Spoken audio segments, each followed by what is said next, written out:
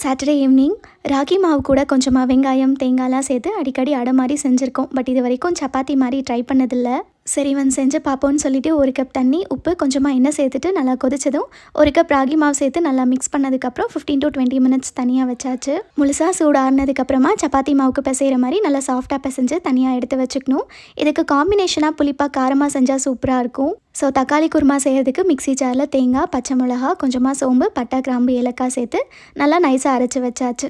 இப்போ வழக்கமாக கிரேவிக்கு என்னெல்லாம் சேர்க்க போகிறோமோ அதே தான். தக்காளி மட்டும் கொஞ்சம் அதிகமாக சேர்த்துருக்கேன். தக்காளி நல்லா குழஞ்சதுக்கப்புறமா மிளகாய்த்தூள், மல்லித்தூள், கரம் மசாலா சேர்த்துட்டு பச்சை வாசனை போனதும் 1/2 கப் தண்ணி சேர்த்து நல்லா கொதிக்க வச்சிடணும். ஃபைனலாக அது கூட அரைச்சி வச்சுருக்கிற தேங்காய் பேய் சேர்த்து கொத்தமல்லி இலை தூவி இறக்கிட்டோன்னா டேஸ்டியான குருமா ரெடி ஆயிரும். அதே மாதிரி இந்த ராகி சப்பாத்தி சாஃப்டாக இருக்கணும்னா மேலே கொஞ்சமாக எண்ணெய் இல்லைனா நெய் சேர்த்தோன்னா ரொம்ப சாஃப்டாக இருக்கும். இந்த ரெண்டுத்துக்கும் காம்பினேஷன் அட்டகாசமாக இருக்கும். மறக்காமல் ஒன்ஸ் நீங்களும் ட்ரை பண்ணி பார்த்துட்டு எப்படி இருக்குன்னு சொல்லி கமெண்ட்ஸில் சொல்லுங்கள்.